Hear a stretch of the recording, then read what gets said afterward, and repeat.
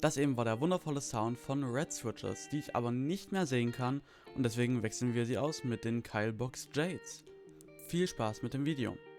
Hier nehme ich jetzt gerade die Keycaps ab. Generell, das wird hier ein Timelapse-Video sein, also noch kein Review oder ähnliches.